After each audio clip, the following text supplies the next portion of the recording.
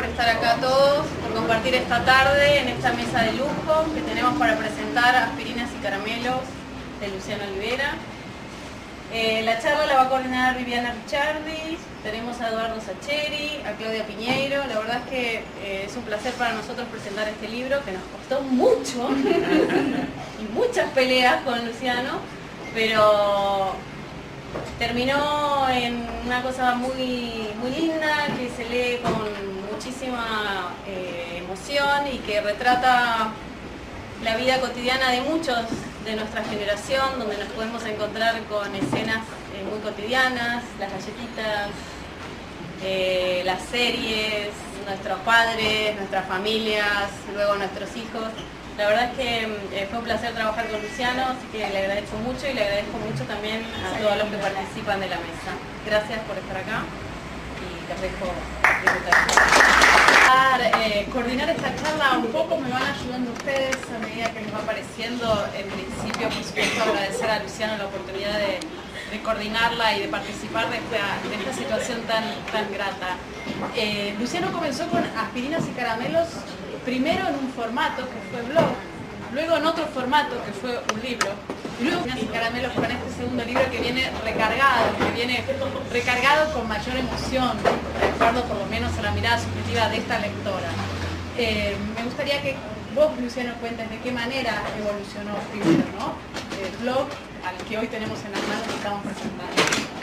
Bueno, gracias a todos, es un placer, un honor y la verdad es una alegría, más allá de las palabras de forma que uno suele decir en estas cosas, es un poco increíble, ¿sí? Para mí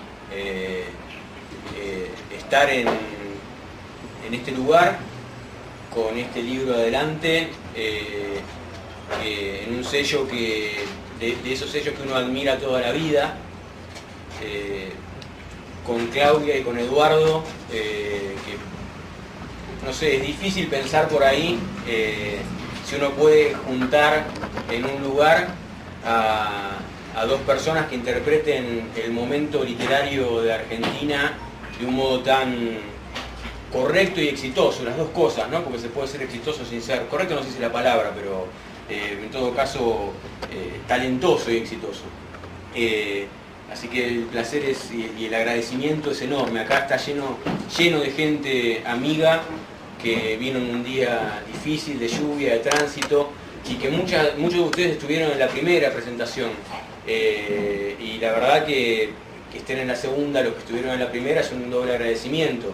Que hayan comprado el primero es un enorme orgullo para mí, porque fue hecho tan a pulmón y con tanta dificultad para hacerse ver en un mercado tan grande, que bueno, es todo un detalle. Y que estén acá de nuevo, bueno, por algo será, y yo quiero creer que es porque me quieren, con lo cual me pone el doble de contento. Esa primera edición fue, porque tiene que ver con la pregunta que me haces, Vivi, el recorrido, fue una locura del corto Pablo, que está por allá dando vueltas, con un sello independiente que yo quiero muchísimo, que se llama Aurelia Rivera, cómo no querer al sello que me publicó primero, que un día vino y me trajo impresos algunas cosas que yo había escrito en el blog y me dijo, esto es un libro. Yo no estaba para nada seguro, pero porque no lo había escrito para un libro. Aspirinas y Caramelos, el cuento con el que empieza este libro ahora, no estuvo escrito pero ni pensado ni remotamente para que yo llegara a hacer un libro. Simplemente fue una catarsis de un momento particular, de un momento futbolero, de depresión. Ese texto fue simplemente abrir la computadora y ponerme a escribir algo de un modo muy catártico, que tenía que ver con un momento muy particular, una sensación que yo veía venir, que era el descenso de mi club, se me ocurrió que tenía que ver con lo que me parecía que era el descenso de mi viejo, ¿no? En términos físicos y emocionales, que fue esa vez que lo vi, que camino a la cancha, o mejor dicho, volviéndonos de la cancha sin haber podido entrar, lo vi caerse, vaído o algo por el estilo, y sentí que se moría no fue ahí, fue un poco tiempo después. Pero bueno, esa carta que tuvo un recorrido en los medios, yo siempre digo, lo invité, no pudo venir, pero Barsky y Juan Pablo es el gran responsable de que eso haya pasado. Porque si él no hubiese leído esa carta, probablemente había ya mucha gente que le gustaba en Twitter y demás, pero yo qué sé, no sé, explotó porque Juan Pablo se quebró al aire, y bueno, quizás le pasó lo que le podía pasar a otra gente, pero que no estaba al aire. Y a partir de ahí el fenómeno que se generó, por supuesto que me sorprendió enormemente y no me lo esperaba, pero funcionó como un destapador de memoria, ¿no? Como algo que quizás yo tenía adentro, que era probablemente el duelo mal elaborado de la muerte de mi viejo, ¿no?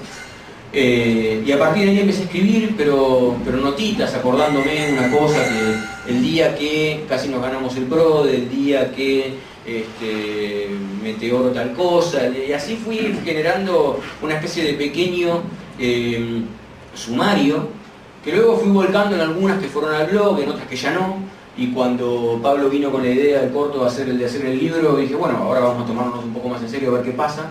Y pasó aquel libro. Y aquel libro le fue muy bien para lo que es el mercado independiente, pero realmente muy bien.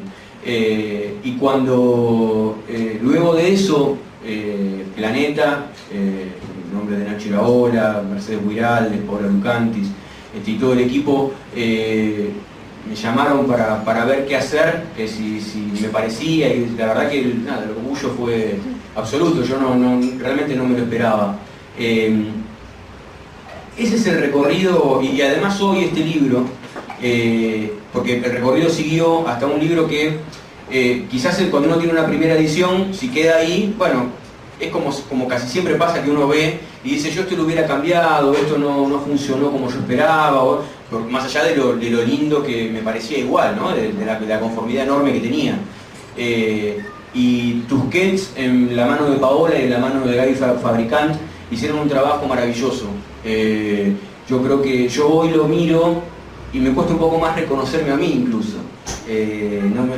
Veo un libro que está pasado por la mano de gente que tiene la expertise de hacer de algo que un escritor por ahí garabatea, algo mucho más comestible que el garabato del escritor. Y estoy contento por eso, porque no perdió el sabor, ¿no? No es que se volvió, no es un libro para mí industrial, sigue siendo, a pesar de que podría serlo por el tamaño de la editorial y del sello, creo que sigue siendo un libro que habla de la historia de un hombre común, mi viejo, y la historia de un hombre común, yo. Pero que podría ser la historia de cualquiera, y eso es lo que más me gusta, que represente la vida de cualquiera de nosotros, los que estamos pisando los 50, cuarentones, que podemos sentirnos representados con algunas escenas que están ahí contadas y que por ahí las vivimos todos. Si no las vivimos todos, no escuchamos que alguno las vivió. Yo creo que el recorrido básicamente es ese.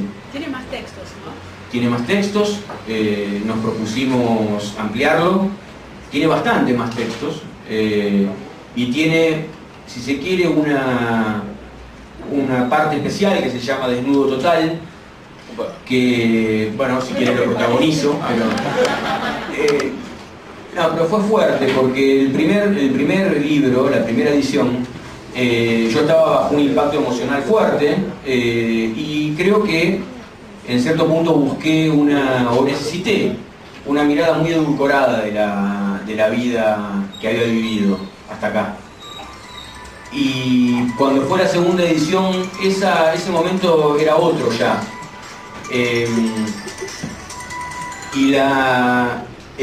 Además, haber leído esa versión edulcorada, por supuesto que me dio a mí algo, ¿no?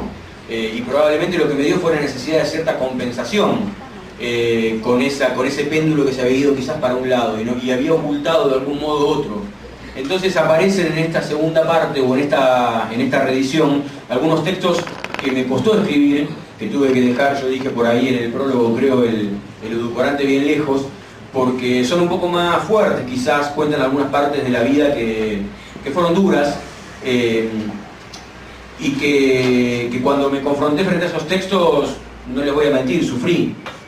Pero finalmente forma parte de lo que yo quería contar. Y si lo quería contar, bueno, prefiero celebrarlo.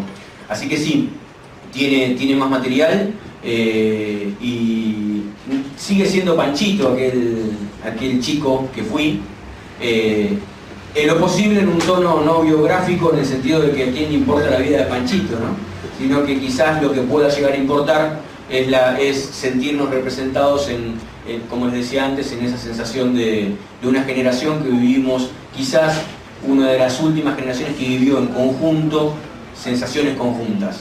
Y quizás ese sea el motivo por el cual yo escucho de vez en cuando que dicen esto también me pasó a mí. Bueno, quizás pueda ser por eso, porque vivíamos en una época donde lo que nos pasaba, o lo que me pasaba a mí, le pasaba al de al lado, de un modo bastante más común de lo que pasa hoy. ¿Todo el tiempo pasado fue mejor? No, no creo, ya lo dice Spinetta, me parece que no, es distinto, pero lo recuerdo con mucho cariño y así intenté escribirlo. Claudia, ¿de qué modo te acercaste vos a Aspirinas y Caramelos y cuál es tu mirada, tu lectura? Yo, buenas tardes a todos. Yo traje un pequeño texto muy cortito porque como era la presentación de un libro, no hablamos ninguno entre nosotros cómo iba a hacer esto, entonces te voy a contestar con el pequeño texto que traje. ¿Qué te parece? Aspirinas y Caramelos es un libro entrañable que uno le puede entrar por distintos lugares, pero yo antes de empezar a leerlo, sabiendo que había hecho el prólogo, que habían conversado sobre esto, que los dos son hinchas independientes, yo también soy hincha Independiente, obviamente sabía que me iba a encontrar con muchos relatos de fútbol. No sabía con qué más me iba a encontrar porque no había leído más que algunas cosas sueltas que habías subido a Twitter, ¿no? Pero acá, bueno, tengo algunas reflexiones sobre la literatura justamente de historias que tienen que ver con el fútbol, como muchos de los cuentos que tenés vos ahí, ¿no? Entonces, entre literatura y fútbol se dan encuentros de distinto tipo e intensidad. Escritores que pueden llegar a pedir el cambio de horario de una conferencia porque coincide con un partido que jugará el equipo de sus amores. Ejemplo, Martín Coan o Juan Sasturain. Pasó. Escritores, ellos me evocan. Escritores extranjeros que cuando vienen a Buenos Aires recorren librerías de viejo buscando libros de Osvaldo Soriano, de quien son seguidores a partir de sus famosas columnas sobre fútbol del diario italiano Il Manifiesto en la década del 80. Por ejemplo, Alessandro Barico, que cuando viene a Buenos Aires se pasa buscando los libros que le falta de Soriano porque tiene muchos. Por ejemplo, escritores fanáticos del Barça, como Juan Cruz Ruiz, que lo primero que hace cuando llega al hotel es saber si pasan en el televisor los partidos del Barça y si no pide que lo cambien de hotel, porque no pueden no verlos. Escritores que viajan a un mundial de fútbol no para salir a la cancha, sino para dar charlas sobre literatura y fútbol. Por ejemplo, Sergio Holguín, que lo invitaron de una editorial alemana, Surkamp, durante el Mundial de Fútbol de Alemania 2006, para dar conferencias en las distintas sedes donde iba a pasar el torneo de fútbol. Y él fue, obviamente. Escritores que organizan partidos de fútbol paralelos a festivales literarios, partidos tan convocantes como la literatura misma. Ejemplo, el Jai Festival del 2007, donde es famoso Guillermo Martínez, que parece que juega bien al tenis, pero no sé si tanto al fútbol, y salió con una mano quebrada en el partido que jugaron en la playa. Eso para las mujeres es un poco extraño, ¿no? Que vayan a un festival de literatura y salen con la mano quebrada en la playa. Pero por sobre todo, hay escritores que han dedicado gran parte de su producción literaria a historias relacionadas directamente con este deporte. Por ejemplo, obviamente Roberto Fontana Rosa con su Puro Fútbol, el área 18, Osvaldo Soriano con Fútbol, Memorias del Míster Peregrino Fernández y otros relatos, Arqueros, Ilusionistas y Goleadores, Juan Sasturain con El Día del Arquero, Win Metegol, Eduardo Melcheri, obviamente, Lo Raro empezó después con El Fútbol y otros relatos, Papeles en el Viento, Martín Caparrós con Boquita, hay de todo. Ejemplos visitantes del uruguayo Eduardo Galeano con El Fútbol a Sol y Sombra, el mexicano Juan Villoro con Dioses Redondo, los españoles Javier Marías con Salvajes y Sentimentales, Camilo José Cera, 11 cuentos de fútbol, Manuel Vázquez Montalbán, Nick Hornby que hizo Fiebre en las Gradas. O sea, los ejemplos son muchísimos y los traigo básicamente para hablar de la literatura. Digo, todos estos son grandes escritores que han metido el fútbol en sus relatos. Ahora, ¿por qué? Después está al revés, ¿no? También los protagonistas del deporte que se permiten incursionar en el arte de escribir, como Valdano, que escribió un libro sobre fútbol, Ángel Capa, que escribió Hagan Juego, y después hay algo que para mí es de mucha belleza poética, que son futbolistas, jugadores y directores técnicos que nos han dejado frases de antología, casi literarias. Por ejemplo, en la altura la pelota no dobla, que se menciona todos, que lo dijo Daniel Pasarela, o la famosa frase de Diego Armando Maradona cuando dijo en el partido de homenaje de despedida del 2001: yo me equivoqué y pagué, pero la pelota no se mancha. O esta es la que a mí más me gusta, la del Bambino Veiga, cuando se quejaba porque no le daban plata para con el presidente de Cádiz y dijo: entiendo la crisis del club, pero yo pedí un 4 y me trajeron un pomelo. Yo no sé qué escritor se le puede ocurrir una frase así, ¿no? Me parece como, hay que robársela. Bueno, a este mundo ingresa Luciano con aspirinas y caramelos, pero ¿por qué estos relatos, los de Eduardo, los de Soriano, los de Nick Hornby, por qué trascienden el relato de fútbol? ¿Por qué trascienden la anécdota que cuentan y se convierten en literatura? No todo relato sobre fútbol termina siendo literatura. Por muchos motivos, ¿no? Vamos a hablar del libro de Luciano. Por la prosa, por cómo está escrito, por el manejo del lenguaje, por los personajes. El personaje de Rodolfo es entrañable, pero hay muchos otros personajes que aparecen por ahí, la madre, las hermanas, otros personajes que también son entrañables, por los conflictos, por la curva dramática. Eso hay en muchos de los relatos de Luciano, y sobre todo hay algo de lo que también se ha ocupado mucho la literatura, mucho más que de los relatos de fútbol, que es de las historias de padres, ¿no? Hay una gran tradición literaria sobre los relatos que tienen que ver con crear un padre, contar un padre, hablar de un padre. Desde Carta al padre de Kafka o La invención de la soledad de Paul Auster, son lugares por los que los escritores en algún momento transitan, ¿no? Esa relación con el padre. Lo que es particular de Luciano es que empezó por ese lugar, que es un lugar difícil, ¿no? Quizás casualmente, porque no pensaste que iba a ser un libro. A veces hay autores que para llegar al relato del padre transitan un montón de otros relatos para poder llegar ahí. Y él se metió de lleno, creo que Aspirinas y Caramelos, más que lo del fútbol, es un poco para hablar de todo esto, pero digamos, más que nada es una historia del padre. Y a mí las historias del padre me gustan muchísimo, me siento identificada. Por suerte las mujeres, cuando hay una historia del padre, no decimos no la voy a leer porque es de varones, porque cuando hay una de mujer, cuando la hija dicen no, los varones dicen no, eso es para mujeres, pero nosotros la de los varones con los hijos la leemos igual y la disfrutamos. Yo disfruté mucho el libro y hay muchos pasajes que me gustan mucho. Creo que el pasaje del grito es uno de mis favoritos. Aspirinas y Caramelos es muy tierno en la escena y es muy lindo. No quiero develar por qué se llama así el libro, porque es mejor que lean el relato. Pero el grito es uno de los que más me conmovió. No sé si con eso respondí a tu pregunta.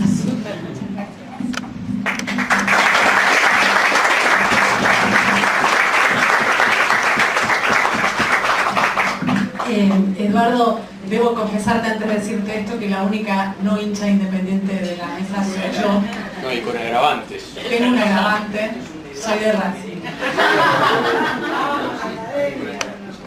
Dicho esto, te pido por favor que en nombre de Independiente que hables por favor sobre esto que también ve y analiza Claudia tan hermoso, que es aquello de trabajar con lo que duele, ¿no? El fútbol aquí es el padre, tal vez de alguna manera, y aquello también duele. ¿De qué manera ves vos esto en el trabajo de Luciano, si lo ves? Sí, sin duda. Agregaría, antes de meterme en lo de Luciano, en esto de libros que hablan de padres, agregaría un poco de ello, que es una hermosa novela de Claudia que por pudor no mencionó. Yo me encontré con la obra de Luciano, como tantos, a través del programa de Barsky. Estaba justo escuchando ese día cuando Barsky leyó ese texto puntualmente de Aspirinas y Caramelos, y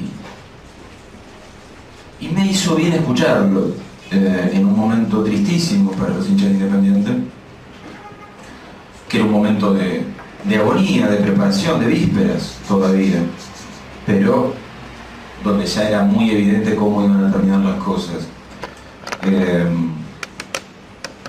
Mientras le escuchaba a Claudia y mientras le escuchaba a Luciano, me acordaba de una frase de Laura Restrepo, que es una escritora colombiana que a mí me gusta mucho leer, en una novela que se llama Demasiados héroes.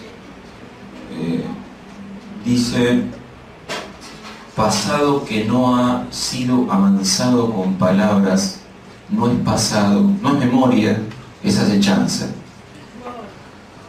Y a mí me parece excelente esa idea y se la robó permanentemente, como en este caso. En el sentido de que me parece que lo que hace Luciano es, a través de sus palabras, primero en el blog y luego con todas estas elaboraciones sucesivas que ha tenido, me parece que lo que hace es amansar el pasado. Y lo bien que hace, digo, creo que es algo que hacemos mucho como escritores y lo hacemos como lectores. Como lectores nos servimos de las palabras de otros. Creo que esa es la única diferencia profunda que hay cuando uno escribe y cuando uno lee. Cuando uno escribe, toma un poco más las riendas de esas palabras, pero cuando lee se sirve de las palabras de otro para hacer esa misma domesticación de lo trágico que nos ha tocado vivir, porque a todos nos ha tocado, digamos, la vida es trágica y así nos toca. Mi primer contacto con la obra de Luciano fue eso, escucharlo en la voz de Barsky, y después conocernos en persona, me parece, en la pensión Independiente, cuando nos llevaron a charlar con los chicos que estaban alojados en la pensión. Y después lo empecé a seguir por Twitter, que es una forma de narración también, eventualmente. No todo el mundo usa Twitter para eso, creo que Luciano sí lo usa para eso y lo usa muy bien. Me parece que es un gran narrador en Twitter, un narrador no solo desde lo textual, que también, sino también desde lo visual. La composición que hace muchas veces entre fotografía y texto no es fácil de hacer en 140 caracteres. Yo no soy capaz de hacerlo y tiendo a admirar lo que me parece bien hecho y yo no soy capaz. Así que digo, si se puede hacer literatura en 140 caracteres, mucho más en un libro como Aspirinas y Caramelos. Cuando Pablo me propuso prologar la primera edición, me entusiasmó la posibilidad, me gustó poder hacerlo y tener ese mínimo gesto con Luciano, pero me parece que es un muy buen libro. Me parece que los buenos libros siguen dos caminos en paralelo. Sirven para algo para el autor y para algo para el lector. Seguramente mientras Luciano lo escribía, y de hecho lo dijo, hizo su propio camino de revisión de su pasado y de visita a viejos recuerdos y a viejos dolores y a viejos duelos. Y el lector hace lo mismo, pero con los propios, no con los de Luciano. Parece que los buenos libros permiten que el autor retroceda y lo dejen al lector con el libro y con los ecos que ese libro genera en su propia vida. A mí en lo personal, y digo como lector, me molesta a veces un poco cuando el autor está demasiado presente en lo que estoy leyendo y todo se trata de él. Me gusta, en cambio, cuando el autor me propone una historia o un número de historias y retrocede y lo que está en el centro de la historia. Si me gusta tanto leer a Claudia es por eso, por ejemplo. Yo no dudo que Claudia o Luciano están, cuando escriben, situándose de determinado modo en lo que están escribiendo, pero al mismo tiempo me regalan una historia y yo puedo ir a la historia y al autor le ha salido por una cosa y a mí para otra. Con Aspirinas y Caramelos siento eso. Yo puedo recorrer mis propios caminos, visitar a mis propios fantasmas, y me parece que está buenísimo que Luciano haya hecho sus propias visitas, pero nos permita a nosotros los lectores hacer nuestros propios recorridos.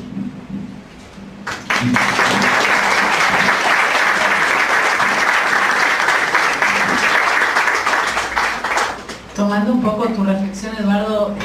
Me gustó esto de la catarsis que uno hace no solo cuando escribe, sino cuando lee también, ¿no? Eso me encantó y creo que también sucede, por lo menos a mí, que no tengo la memoria que tiene Luciano, me pasa con lo que él recuerda de su relato, ¿no es cierto? Esa mirada que él tiene, que va memorizando todo lo que recuerda de aquellas décadas, con una especie de viaje hacia lo vintage sorprendente y admirable. Yo no sé si es que se lo inventa, lo estudió o qué, pero si recuerda todo eso, la memoria es increíble. Digo, ¿de qué manera, Luciano, trabajás vos esa mirada hacia el pasado y cómo es que recordás con lujo de detalles cada una de esas cosas? No tengo la menor idea. Sí sé que lo que yo recuerdo es lo que yo creo que sucedió. Está mi hermana mayor, que en más de una oportunidad debe leer el libro y debe decir qué está diciendo. ¿Está Mariana acá? Está Mariana. ¿Vos sos Mariana? Yo soy Mariana. Yo por eso el mío se lo diría a mi hermana.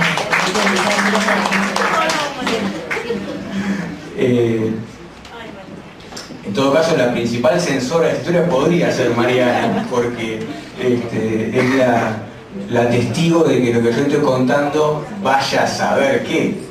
De vez en cuando me ha cruzado alguna cosa, no, pero bueno, es lo que yo recuerdo. Y yo traté de... Me propuse tratar de proteger ese recuerdo, porque finalmente es mi vocación, ¿no? Es lo que yo sentí y además muy intervenido, seguramente por lo que luego me contaron. Es un poco difícil que yo recuerde el momento exacto donde me enteré de que habían secuestrado a un tal Oberdanza Lustro, que era el gerente de la Fiat. Yo tenía 4 años, creo. Es raro acordarse de ese nombre, de que era el gerente de la Fiat, aunque bueno, era el auto que estábamos por comprar, yo qué sé, pero era medio raro. Sin embargo, yo siento que estoy parado en el living de ese departamento de Vicente López, mientras mis viejos están diciendo lo secuestraron a Oberdanza Lustro. Y yo te podría jurar, bajo tortura, que eso sucedió. Como también creo, por ejemplo, estoy completamente seguro que en la terraza de ese mismo edificio que miraba al Río de la Plata, a la costa del norte del Río de la Plata, yo vi en una bajante un barco apoyado sobre el lecho del río, pero se había retirado muchísimo, y se veía una especie de mole blanca, que era ese barco, no sé, quizás yo lo recuerdo como un arenero o algo así, apoyado y medio volcado, que lo veía a lo lejos. Una imagen bastante fantasmagórica. Fue una de las pocas cosas que googleé. Y no hubo ninguna bajante en el Río de la Plata en esa época. Hubo después, pero yo no vivía ahí. O sea que realmente es muy raro que lo que yo... Anda a saber qué vi, pero me quedó esa imagen. Digo, no tengo ninguna duda que gran parte de lo que está ahí escrito es ficción, pero no es mi culpa. Porque no me lo propuse, simplemente me propuse volcar recuerdos que a mí que eran los que yo tenía. Sí creo, y lo digo en algún lado, que tengo algo que, no sé, en lo más mínimo es un don, a veces creo que es una tortura, que es que sí soy muy memorioso. Y que suelo tener mi vida como anotada, ¿no? Sin darme cuenta, no es que la anoto, no estoy tan loco, pero hay como... Y además hubo una particularidad probablemente en mi infancia que tuvo que ver con mudanzas. Nosotros nos mudábamos todo el tiempo, estábamos inquilinos. Entonces hay cierto... Hay gente que dice que los hombres nos acordamos la vida por los mundiales, ¿no? En tal mundial tal cosa, en tal mundial tal, es verdad. Pero me pasa. Pero yo también tengo muy segmentada mi vida por dónde estaba viviendo. Lo que acabo de contar sucedió, por ejemplo, en Vicente López. Yo nací en la calle Ugarteche. En realidad no nací ahí. Digo que nací porque es lo que yo creo que pasó. Pero la verdad es que nací en Aguilar. De ahí nos mudamos a Vicente López. De Vicente López nos mudamos a Lomas. De Lomas de Zamora nos mudamos a Independencia y Piedras. De Independencia y Piedras nos mudamos a Barracas, a 2 lugares de Barracas. Luego volvimos a la calle Independencia, a 2 lugares de la calle Independencia. Podría seguir. Los acreedores los alcanzaron. Los acreedores nunca nos alcanzaron.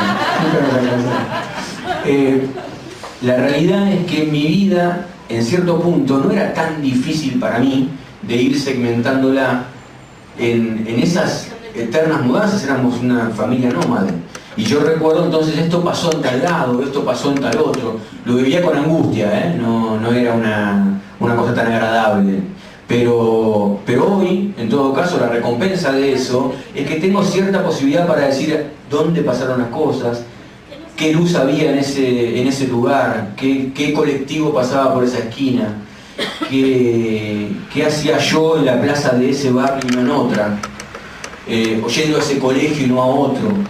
Y quizás me permita entonces hoy volcarlo con alguna precisión que no importa para el lector, ¿qué importa al lector si eso es preciso? Y ya casi que no me importa a mí, pero sí me permite, en cierto sentido, ordenarme para poder volcarlo en un ejercicio creativo. El libro quizás sea eso, sea subirse a ese Fiat 800, que fue el coche que teníamos, que llegó a Vicente López y se fue en la calle Independencia unos cuantos años después para pagar una deuda de teléfono, en una de esas inflaciones donde de repente llegó una factura y era impagable y se vendió el auto que ya casi no andaba, pero en realidad casi no andaba, ese auto no andaba casi nunca. Tenía una enorme capacidad para romperse todo el tiempo, el palier, el manchón, recalentaba. Era una aventura subirse a él y ver dónde uno terminaba porque te dejaba tirado. Tengo muchísimos recuerdos de dejar el auto en algún lugar y subirse en colectivo y seguir viaje porque no andaba. Quizás este viaje sea subirse a ese auto, que llegue a destino, por una vez, y que nos haga recorrer ese camino que estoy contando, ¿no? De un lado al otro, digamos, de esos viajes, que además que los recuerdo así, como atravesando el puente por luego para un lado, atravesándolo para el otro, oliendo el frigorífico de la Negra, el riachuelo para un lado y para el otro, yendo y viniendo, en esta cosa un poco nómade. Subirse ahí, como está en la tapa, que pilotee Rodolfo, el Rodolfo que sea, que está ahí con su Gamulán, era friolento. Yo amo el frío y tenía un frío bárbaro, estar todo el tiempo con frío. Era más narigón que yo, difícil, y le pedía a mi mamá que le tejiera un nariguero para protegerse la nariz con lana. Y me vi en joda. Y mi viejo un día se lo tejió de verdad y él salió a la calle con el nariguero puesto, rojo por supuesto. Tenía algunas cosas de payaso, era duro pero tenía algunas cosas de payaso, por ejemplo esa. Que piloteé, ahí atrás va Mariana, que ya sabrá qué está haciendo ahí. Y ahí al costadito está Luciano mirando para el costado, le decían Panchito todavía. Me revelé a ese apodo allá por los 12 años, dije, yo mi segundo nombre es Francisco.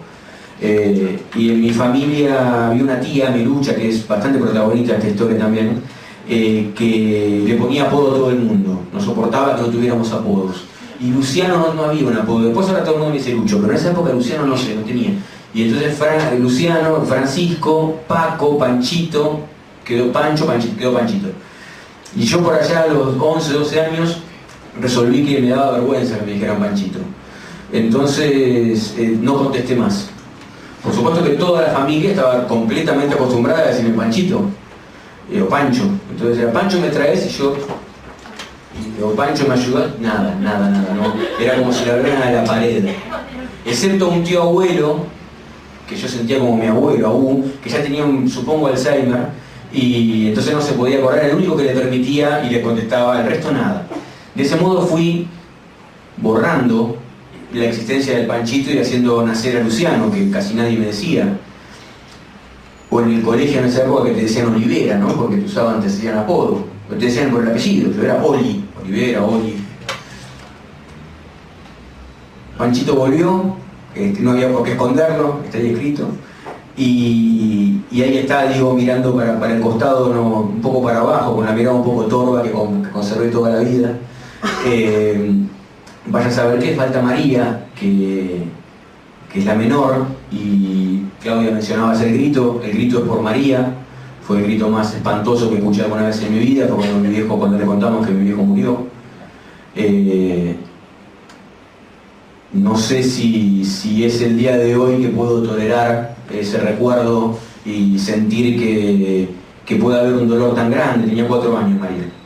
Y a las 10 minutos estaba jugando con sus muñecas, ¿no? Yo también tirados en el piso con Mariana, como si la herida hubiera restañado.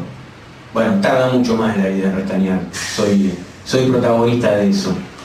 Pero este libro no es solo la elaboración de un duelo, para mí es una celebración. Y en todo caso digo, para liberarlos de que tengan que seguir opinando. Yo sé que las presentaciones del libro uno tiene que opinar de cosas y contar lo maravilloso que es el autor, y yo les agradezco enormemente, pero no los quiero poner en ese lugar. Para liberarlos digo que yo les agradezco enormemente que se hayan tomado la molestia de leerlo, de opinar de él, de contarles a ustedes, de hacerme sentir así como estoy ahora, feliz, pleno. Yo no sé qué pasará con este libro, no tengo la menor idea, no sabía qué pasaba con el primero tampoco.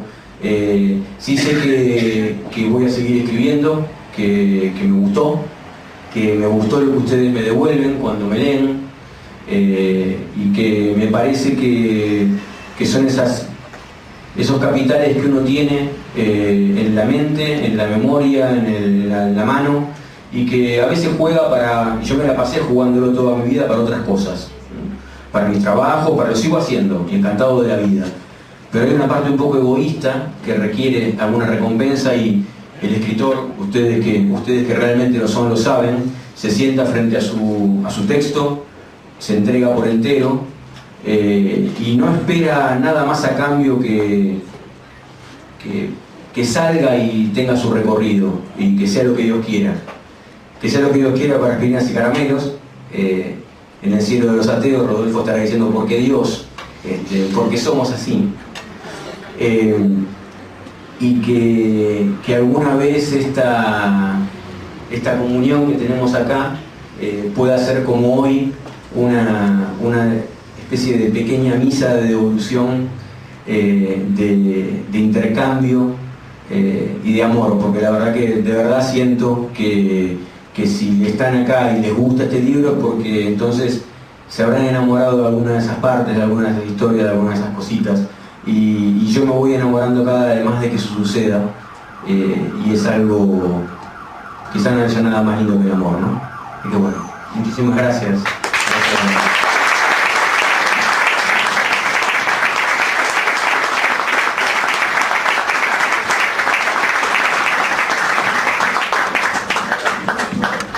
Creo que hay un vino o alguna cosa. Estamos tomando ya. Ya había vino. Claro, vamos a seguir tomando. Muchas gracias a todos, y por supuesto que Luciano está dispuesto a firmar cada uno de sus ejemplares. Venga.